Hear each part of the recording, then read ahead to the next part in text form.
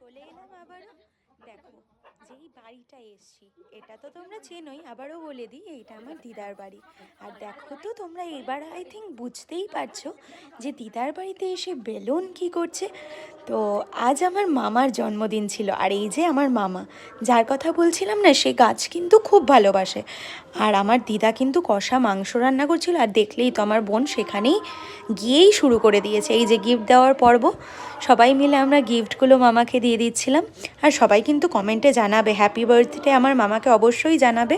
এই যে কেক কাটিংয়ের পর্ব চলছিল, পাশে আমার দিদা ছিল।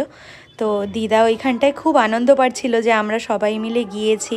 আমার মামা কিন্তু এসব কিছু জানতো না, সারপ্রাইজ হয়েছে। আর আমার মামাও কিন্তু কোল্ড ড্রিঙ্কস নিয়ে চলে এসেছিলো, যে কোল্ড ড্রিঙ্কস আমরা সবাই খাবো বলে। তো দেখো সবাই মিলে একটা গ্রুপ ফটো নেওয়ার ছিল। তো ফটো আর কেউ নিচ্ছিল না, সেখানটায় ভিডিও করছিল, সেটা আমরা পরে জানতে পারি। তো ভিডিও ক্লিপটাই দিয়ে দিলাম। এই যে সবাই কেক খাওয়া খাই করছে। তো এইখানে খাওয়া খাইয়ের পরেই আমরা খাওয়া দাওয়া করে একটু রেস্ট নিয়েই বেরিয়ে পড়েছিলাম, সেগুলো আর নেওয়া হয়নি।